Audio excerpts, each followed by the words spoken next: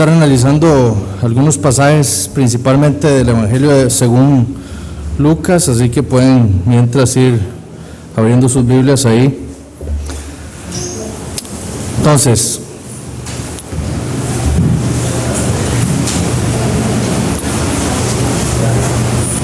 prácticamente nosotros como creyentes, cuando estudiamos la Biblia vemos una verdad, y es que Dios se nos ha revelado a nosotros en la Biblia. Sin embargo, debemos entender que esa revelación de Dios no fue completa desde un inicio. Es decir, que la revelación que Dios le ha dado a su pueblo ha sido una revelación progresiva.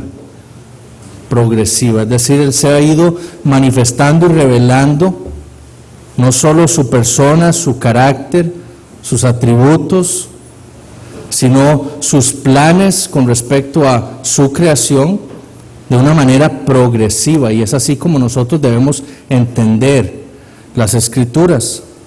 Lo mismo con respecto al Espíritu Santo. La revelación de Dios con respecto al Espíritu Santo ha sido también progresiva, y esto es lo que hemos visto en nuestro estudio hasta ahora de la persona del Espíritu Santo. La semana pasada vimos la obra del Espíritu Santo en el Antiguo Testamento. Principalmente analizamos su obra en la creación, su obra en el gobierno de Israel, en la dirección del pueblo. Él fue quien sacó al pueblo de Egipto. Y también, que no vimos mucho de esto en la clase pasada, pero que hoy sí lo vamos a ver, es su relación con respecto al Mesías prometido. Esa es parte de la obra del Espíritu Santo también en el Antiguo Testamento, que lo vamos a incluir en la clase de hoy. Hoy vamos a ver la obra del Espíritu Santo en el Nuevo Testamento, y básicamente lo vamos a ver en 3 clases probablemente diferentes. La primera, que es la clase de hoy, que es la relación del Espíritu Santo con el Mesías. Esa es parte, para que nosotros podamos entender la obra del Espíritu Santo en el Nuevo Testamento, debemos entender su relación con el Mesías. También debemos entender lo que representa la promesa del Espíritu Santo de parte de Jesús para sus discípulos. Veremos también el significado de Pentecostés. Y después debemos entender, para poder comprender el Espíritu Santo, debemos ver su obra en la iglesia, su relación con la iglesia. Entonces, hablando del Espíritu Santo y el Mesías, cuando nosotros leemos el Nuevo Testamento, es evidente que la relación que se muestra ahí del Mesías con el Espíritu Santo es una relación íntima.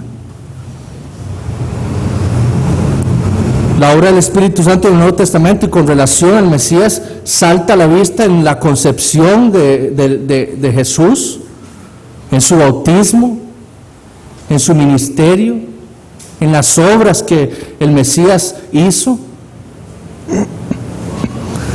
Sin embargo, muchos creyentes creen que la obra del Espíritu Santo inicia en Pentecostés. Una vez que la obra de Jesucristo termina, muchos creen que ahí es donde inicia la obra del Espíritu Santo en el Nuevo Testamento, y eso es un error. Abraham Kuyper, un teólogo reformado holandés, escribió lo siguiente: esto debe ser cuidadosamente notado, especialmente que la Iglesia nunca ha confesado suficientemente la influencia del Espíritu Santo ejercida en la obra de Cristo.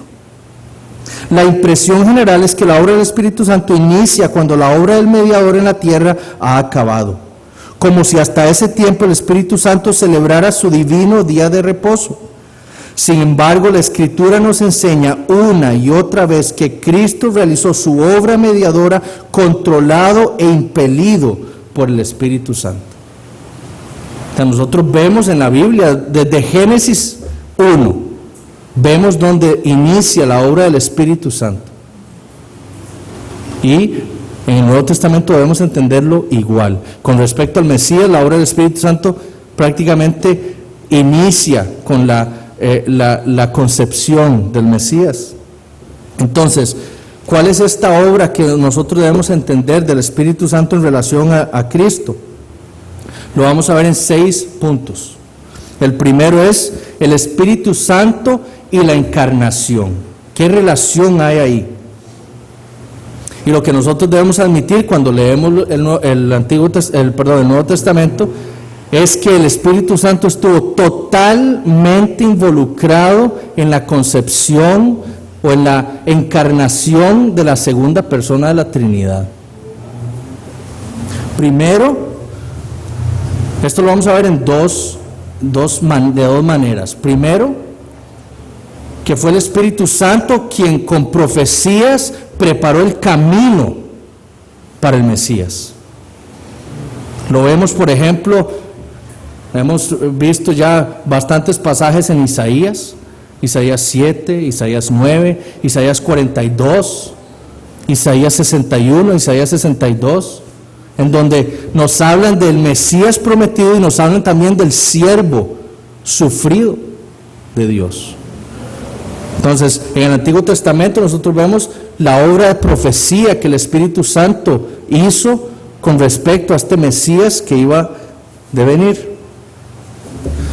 Pero también lo vemos en el periodo intertestamentario, es decir, en el periodo que va entre la finalización del Antiguo Testamento y el inicio del Nuevo Testamento. Y es aquí donde tenemos, por ejemplo, en Lucas 1, versículos 13 al 17, a un ángel informándole a Zacarías, el padre de Juan el Bautista, que su esposa Elizabeth iba a dar a luz un hijo. Este hijo, le dice el ángel, iría delante del Mesías, y dice que iría con el poder de Elías. Él era un profeta. Y le dice claramente, para preparar al Señor un pueblo bien dispuesto, versículo 17. Entonces el Espíritu Santo preparando camino para el Mesías, profetiza acerca de un profeta que iría delante del Mesías para preparar a Dios un pueblo bien dispuesto. En el versículo 41 del mismo capítulo de Lucas 1, también vemos la obra del Espíritu Santo en Elizabeth, la esposa de Zacarías. En el versículo 41 dice, y aconteció que cuando oyó Elizabeth la salutación de María, la criatura saltó en su vientre, y dice, y Elizabeth fue llena del Espíritu Santo. Entonces vemos ahí la obra del Espíritu Santo llenando a una mujer que iba a ser la madre de un profeta que iría delante del Mesías. Y luego Elizabeth, llena del Espíritu Santo, profetiza lo siguiente, versículo 43. Cuando ve entrar a María, le dice, ¿por qué se me concede esto a mí, que la madre de mi Señor venga a mí? Entonces, vemos la obra del Espíritu Santo en donde llena a una mujer y ella reconoce que la madre del Mesías está entrando y que esa criatura que esta mujer llevaba en su vientre era su Señor, que era Jehová, Dios. Después, más adelante, en el versículo 67 del mismo capítulo de Lucas, vemos a Zacarías y dice, y Zacarías su padre, el padre de Juan el Bautista, fue lleno del Espíritu Santo. ¿Y cuál es la relación de estar lleno con el Espíritu Santo? Dice, y profetizó, diciendo. Y entonces, Zacarías profetiza algo con respecto a este hijo suyo que Dios le había dado a ellos, a él y a Elizabeth, y su obra.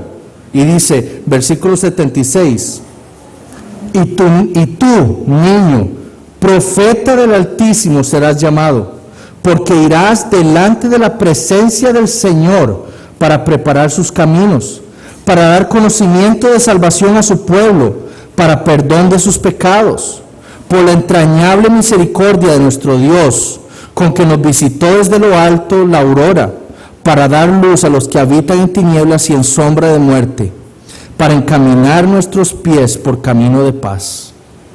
Entonces, Zacarías, lleno del Espíritu Santo, profetiza algo con respecto a este profeta que iría delante del Mesías. Luego el nacimiento de Jesús, el niño es llevado al templo, y en el capítulo 2, versículo 25,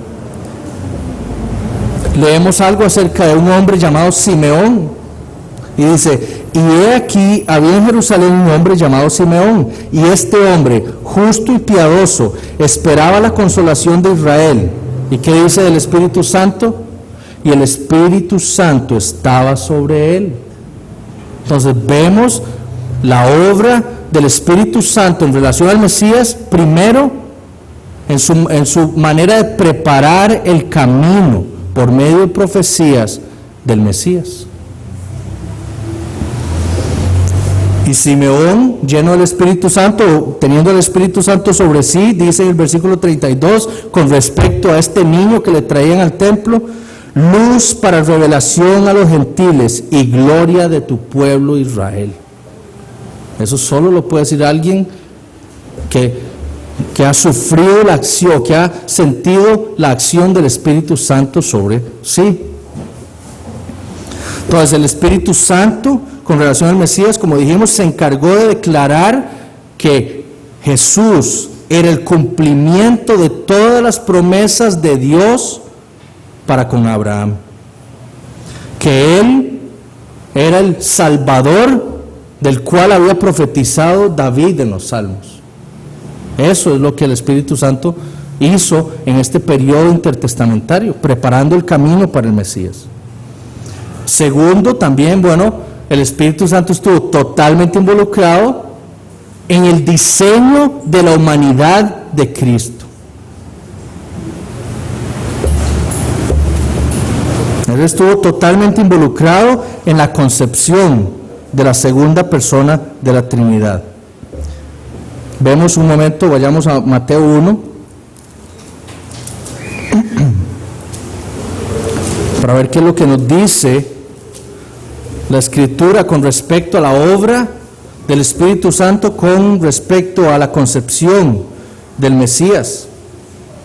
Dice en el versículo 18, Mateo 1, 18, el nacimiento de Jesucristo fue así. Estando desposada María su madre con José, antes que se juntasen, escuchen, se halló que había concebido del Espíritu Santo.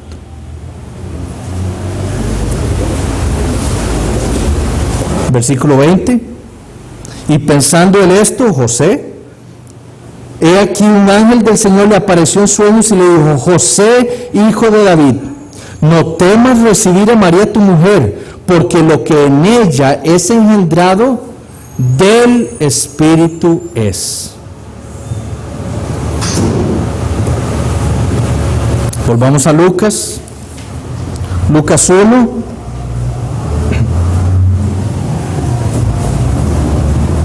Estamos tratando de ver cómo nos habla la Escritura de la obra del Espíritu Santo en la encarnación del Mesías. Entonces ya vemos que Mateo nos habla que la criatura es del Espíritu Santo.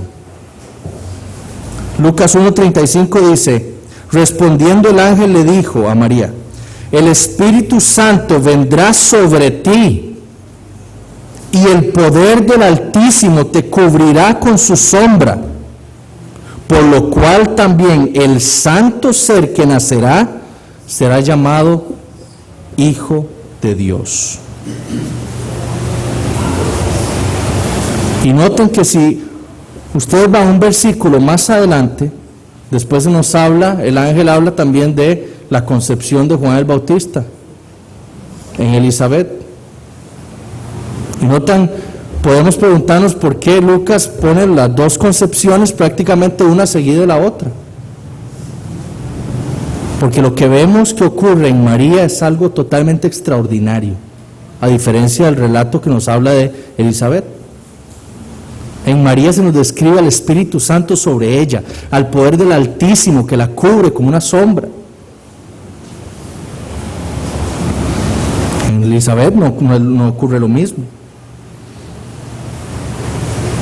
Ahora, lo que nos debe quedar claro es que el Espíritu Santo es clave o es instrumental en el diseño de la humanidad de Cristo. María obviamente está involucrada también. Es hijo de María también. Pero si nosotros vemos Lucas 1:35, lo que vemos a María es totalmente asumiendo un rol pasivo en esta concepción. Es el Espíritu Santo quien hace la obra activa en la concepción de Jesús. María tiene un rol totalmente pasivo. Sinclair Ferguson, un gran teólogo reformado, en su libro sobre el Espíritu Santo, nota algo muy interesante.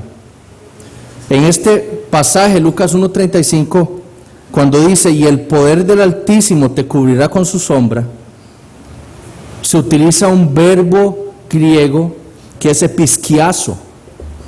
Ese verbo en la Septuaginta, que es la versión griega del Antiguo Testamento, se utilizaba o traducía el término griego sakak, que era para describir el sobrevuelo de la nube de la gloria de Dios sobre Israel.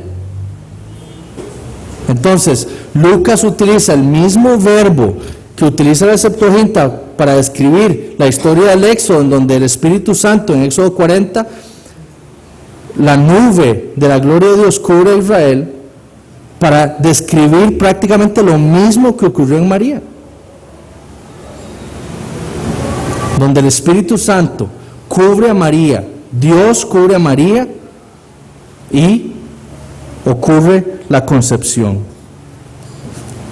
Para Ferguson, las palabras de Lucas hacen eco a dos cosas: a la creación, ¿verdad?, donde vemos el Espíritu Santo sobrevolaba sobre las aguas, sobre la faz de las aguas, ¿verdad? Y hace eco también a la historia del Éxodo. Con respecto a la creación, Ferguson dice que lo más probable es que aquí se nos está hablando de la obra del Espíritu Santo en la creación de la humanidad del Logos, de la segunda persona de la Trinidad, de la humanidad. La segunda persona de la Trinidad siempre ha existido, es eterno, ¿verdad? Pero estamos hablando aquí de la creación de la humanidad de la segunda persona de la Trinidad. Entonces ahí vemos al Espíritu Santo creando, como dijimos en la clase pasada, de nuevo. Nosotros vemos, si vamos a Génesis 1:2, vemos al Espíritu Santo actuando, haciendo su obra sobre material ya creado. La tierra estaba desordenada. Eso es creación no ex nihilo, es decir, no de la nada, sino creación de nuevo, sobre materiales ya creados. Lo vemos en María. Ya tiene el material ya creado en María. Entonces el Espíritu Santo actúa sobre María para crear la humanidad de Jesús. Y también nos recuerda, según Ferguson, a la historia del Éxodo, porque la criatura que María llevaba en su vientre era la gloria de Dios, o la expresión de la gloria de Dios. La función del Espíritu Santo, como vemos en el Lucas 1:35, en esa concepción milagrosa, divina, es mantener la santidad y la ausencia de pecado del Mesías. Esa es la función de por qué el Espíritu Santo lleva a cabo esa concepción, para mantener la santidad de Jesús y para mantenerlo con ausencia de pecado. Ferguson escribe: solamente por la obra del Espíritu pudo la divina persona del Logos asumir genuinamente naturaleza humana, venir en semejanza de carne de pecado, como dice Romanos 8:3, y aún así permanecer santo, inocente, sin mancha, como dice Hebreos 7:26, el santo ser, como dice Lucas 1:35. Solamente con la acción del Espíritu Santo, solamente esa concepción milagrosa por parte del Espíritu Santo pudo haber hecho esto, mantenido la santidad de este ser que estaba siendo concebido en el vientre de María. Ahora, puede ocurrir un error que muchos dicen, es que por eso es que no pudo haber sido una concepción entre un hombre y una mujer, y que entonces el Espíritu Santo viniera sobre esa criatura, no, porque muchos asumen que es que el pecado viene por parte del hombre, y por eso fue que el hombre no estuvo involucrado en la concepción de Jesús. Pero la Biblia no dice en ningún lado, ni da a entender de ninguna manera que el pecado venga del hombre, ¿verdad? Entonces el Espíritu Santo, lo único que nos dice aquí es que el Espíritu Santo vino sobre María para preservar la santidad de Jesús.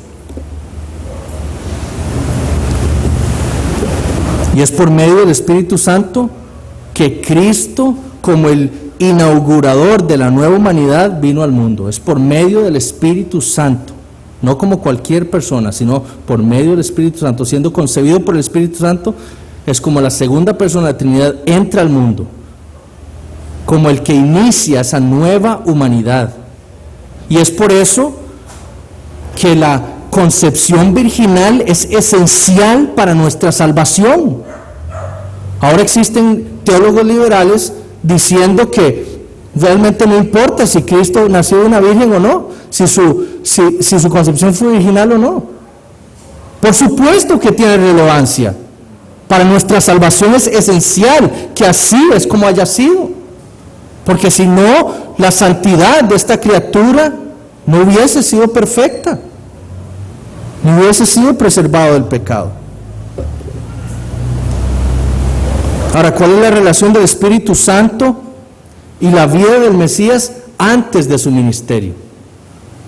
Todos nosotros podemos leer el Nuevo Testamento y decir, bueno, ciertamente no se nos habla nada de la niñez ni la adolescencia de Jesús. Prácticamente Lucas es el único que nos relata sobre cuando Jesús visita el templo a los 12 años. Pero el resto de los evangelios se quedan silenciosos con respecto al tema. Sin embargo, no debemos asumir que no podemos ver la obra del Espíritu Santo en la niñez y adolescencia de Jesús. En Lucas 2, versículo 52, Lucas 2, versículo 52, vemos a Jesús de 12 años entrando al templo, y lo primero que vemos es él hablando, probablemente argumentando ciertas cosas, discutiendo sobre el Antiguo Testamento. Vemos a los maestros de Israel totalmente maravillados con la inteligencia de este niño. Y en Lucas 2:52 se nos escribe: y Jesús crecía en sabiduría y en estatura y en gracia para con Dios y los hombres. Entonces, vemos que este crecimiento, que había un crecimiento emocional, en entendimiento, en sabiduría, en inteligencia, en la segunda persona de la Trinidad. Ciertamente Él era Dios, o Él es Dios, pero en su humanidad Él necesitaba un crecimiento en todos estos aspectos. Y es importante que el Antiguo Testamento nos habla acerca de algo con respecto a esto que estamos viendo en Lucas 2:52, con respecto al Mesías. Y por ejemplo, Isaías 11.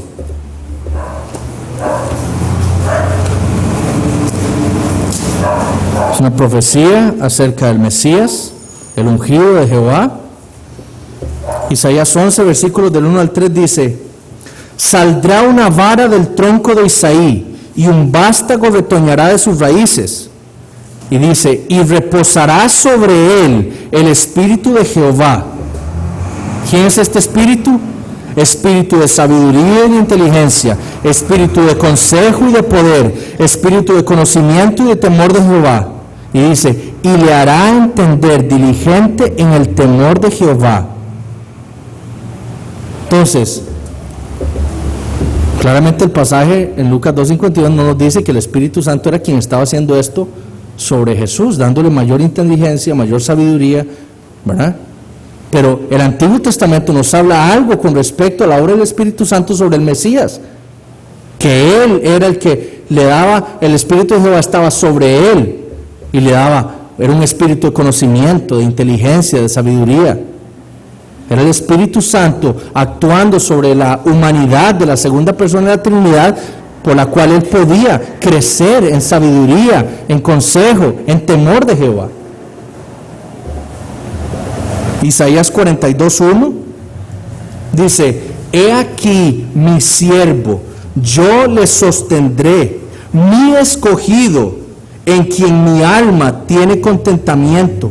He puesto sobre él mi espíritu, en quien mi alma tiene contentamiento. Lucas nos dice que crecía en gracia para con Dios, o en favor para con Dios. Dios estaba totalmente contento con la persona del Mesías.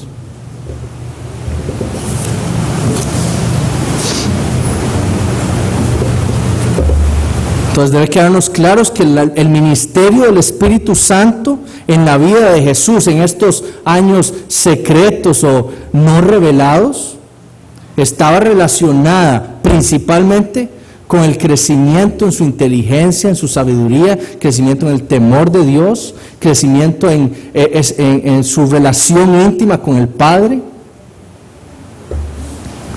un crecimiento en su entendimiento de la palabra de Dios. Debemos entender que el conocimiento de Jesús, de la Escritura, no le cayó del cielo. Él tuvo que aprender, meditar profundamente en las Escrituras todos los días. Y el Espíritu Santo estaba en él, sobre él, dándole ese entendimiento de la palabra. Esa es la acción del Espíritu Santo en el Mesías. Lo que Jesús hizo durante este periodo de su vida, su niñez, su adolescencia, fue expresar apropiadamente el fruto del Espíritu Santo en cada etapa de su vida. Él lo expresó perfectamente. Ireneo escribió lo siguiente: Él pasó a través de cada etapa de la vida. Él fue hecho un infante para los infantes, santificando la infancia. Un niño entre niños, santificando la niñez y poniendo el ejemplo de afección filial, de justicia y obediencia. Un joven entre jóvenes, siendo un ejemplo para ellos y santificándolos para el Señor. Entonces el Señor Jesús pasó por cada etapa que todos nosotros como hombres pasamos, porque Él fue un hombre verdadero, precisamente para manifestar el fruto del Espíritu Santo perfectamente, para así poder santificar cada etapa de la vida de los hombres.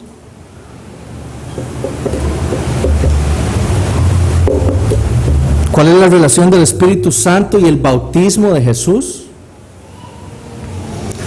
Tan importante es este evento histórico que todos los evangelios contienen la narración del bautismo de Jesús. James Dunn, un teólogo, dice lo siguiente: la experiencia de Jesús en el Jordán es algo mucho más que meramente personal. Es decir, no es algo que era importante solo para él. Es un momento único en la historia, el inicio de una nueva época en la historia de la salvación, el inicio de los postreros días, la era mesiánica, el nuevo pacto. Esa es la relevancia del bautismo de Jesús. Y si vemos en Lucas capítulo 3, versículos 21 y 22, nos dice lo siguiente con respecto al bautismo de Jesús. Dice: aconteció que cuando todo el pueblo se bautizaba, también Jesús fue bautizado. Y orando, el cielo se abrió y descendió el Espíritu Santo sobre él en forma corporal, como paloma. Y vino una voz del cielo que decía: tú eres mi Hijo amado, en ti tengo complacencia. El evento del bautismo de Jesús marca el inicio de su ministerio en la tierra. Marca el inicio de la comisión que el Padre le había entregado a él.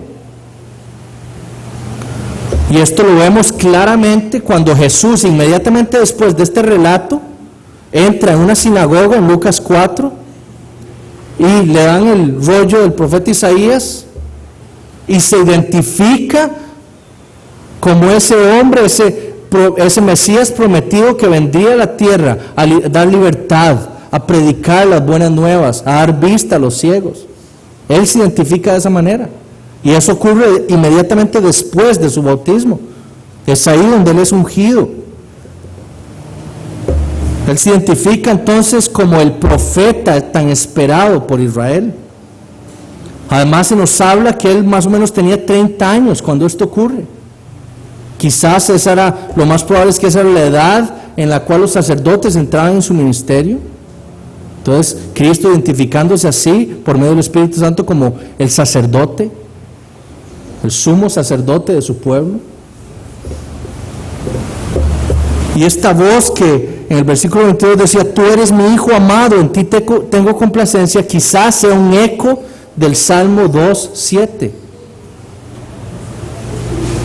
en donde Dios Padre le dice, tú eres mi hijo, identificando a Jesús como al rey ungido de Dios. Entonces vemos a Jesús en el bautismo del Espíritu Santo siendo ungido para sus 3 oficios: profeta, sacerdote y rey. Esa es la base de su ministerio. Pero debemos tener algo claro: en ningún lugar el Nuevo Testamento nos dice que Jesús haya sido bautizado en el Espíritu Santo. En ningún lado se nos menciona eso. Lo que dice es que el Espíritu Santo descendió sobre él. Él no fue bautizado en el Espíritu Santo.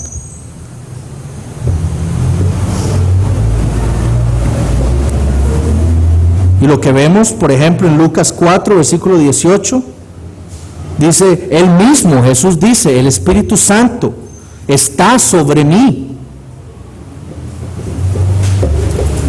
En Hechos 10, apúntenlo nada más, yo se los voy a leer. Hechos 10, versículo 38, Pedro dice, como Dios ungió con el Espíritu Santo y con poder a Jesús de Nazaret. No se nos dice que Jesús haya sido bautizado en el Espíritu Santo. Él fue ungido con el Espíritu Santo.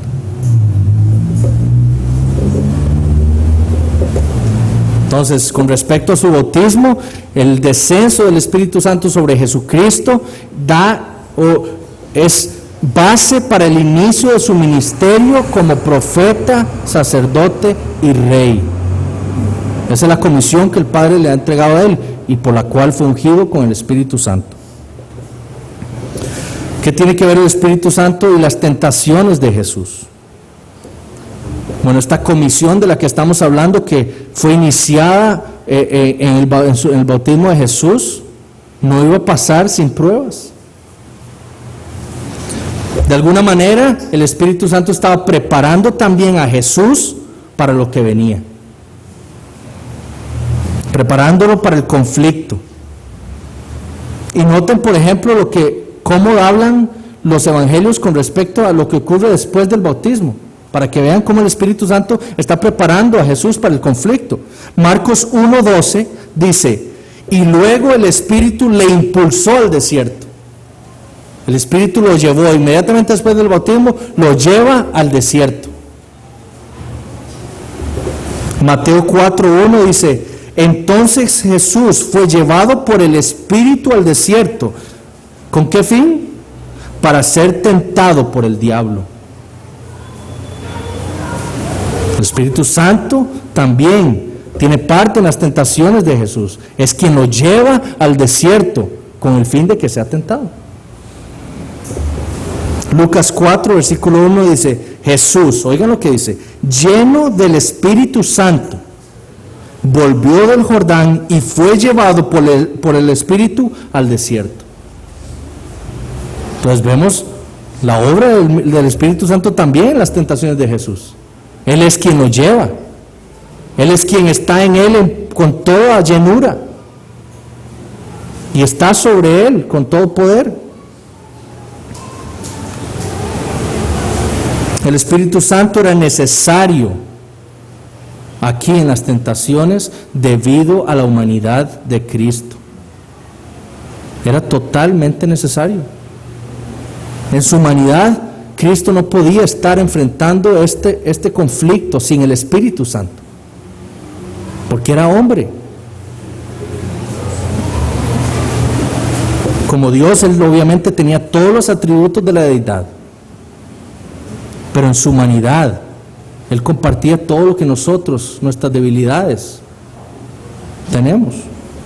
Charles Ryrie escribió lo siguiente: a su humanidad no le faltaba nada que fuera esencial a la humanidad, pero tampoco tenía ningún agregado que no fuera humano. Por eso necesitaba el Espíritu Santo. Porque si nosotros decimos, es que Cristo era un hombre totalmente diferente a nosotros, primero estamos negando la Escritura, porque Él fue hecho igual a nosotros. Si no, no se podía relacionar con nosotros. Entonces, Él no le faltaba nada de la humanidad, pero tampoco tenía ningún agregado que no tuviera la humanidad. Entonces, por eso era que era necesario el Espíritu Santo. Pero ¿cómo dice Lucas que sale Jesús del desierto? En Lucas 4:14. Y Jesús volvió del desierto en el poder del Espíritu a Galilea. No solo entra en el poder del Espíritu y llevado por el Espíritu al desierto para ser tentado, sino que sale también del desierto en el poder, venciendo al demonio.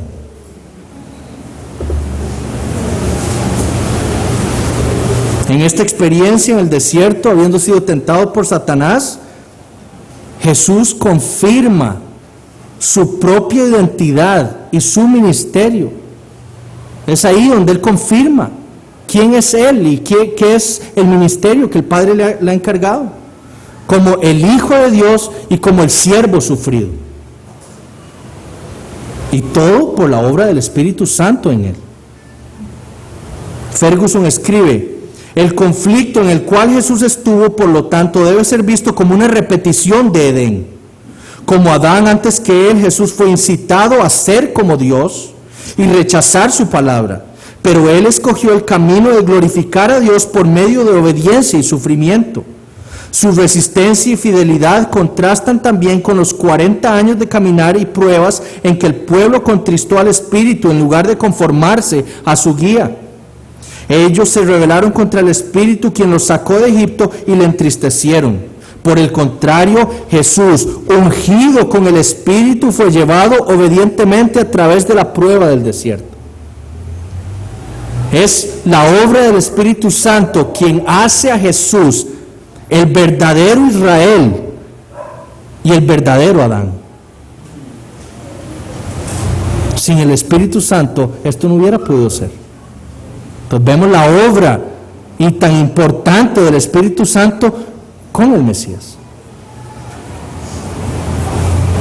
Ferguson de nuevo nos aclara este rol del Espíritu Santo en el ministerio de Jesús y dice: el rol del Espíritu en el ministerio de Jesús es ahora evidente. Él sirve como el cartógrafo celestial y el estratega divino, quien mapea el campo de batalla y dirige al rey guerrero al punto estratégico de conflicto. Él es el ayudante general de Cristo en la guerra santa que se lleva a cabo a lo largo de la encarnación. Es el Espíritu Santo quien dirige todos los pasos del Mesías.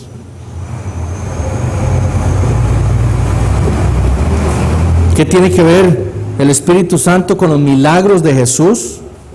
Ya casi vamos a terminar. Inmediatamente después, en Lucas, por ejemplo, de regresar del desierto, Jesús entra en la sinagoga, se le da el rollo del profeta Isaías, Él lo toma y empieza a buscar Isaías 61. Obviamente no habían capítulos en ese entonces, pero Él empieza a buscar exactamente el pasaje que habla del siervo sufrido. Y lo lee. Y Él dice que en ese momento se cumplió esa profecía. Ese siervo sufrido, el Mesías prometido para Israel, era Él.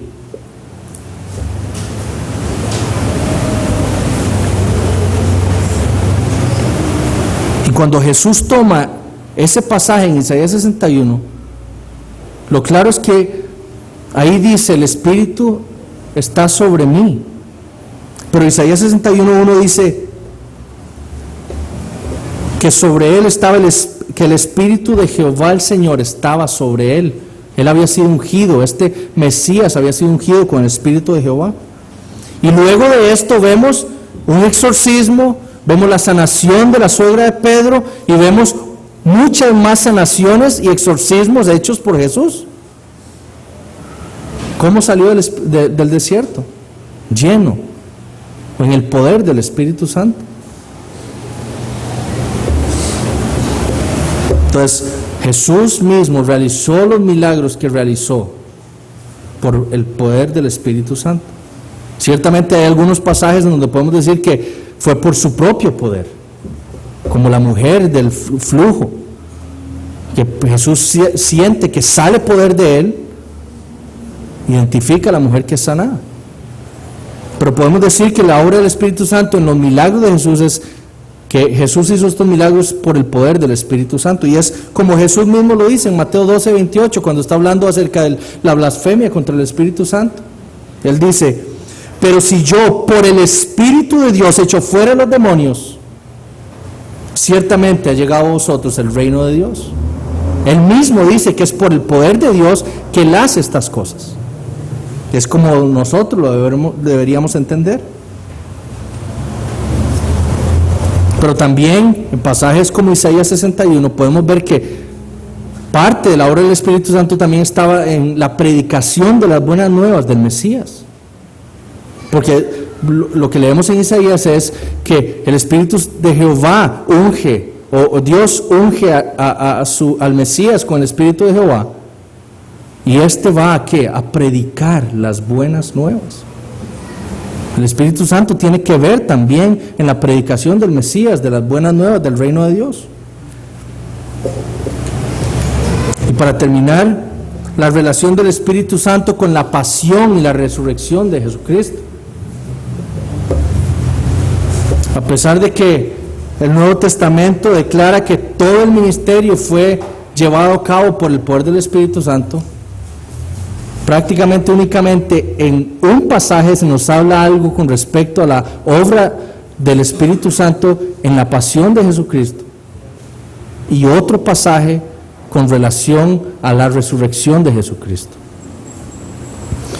Hebreos 9:14.